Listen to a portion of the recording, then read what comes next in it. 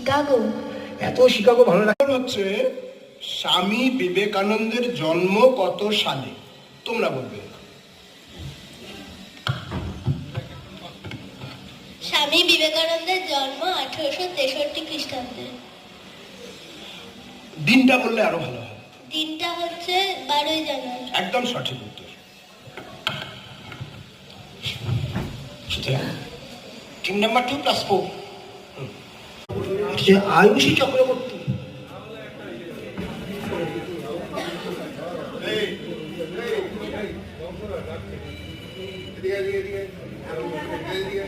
Ayushi Chakraborty, Ayushi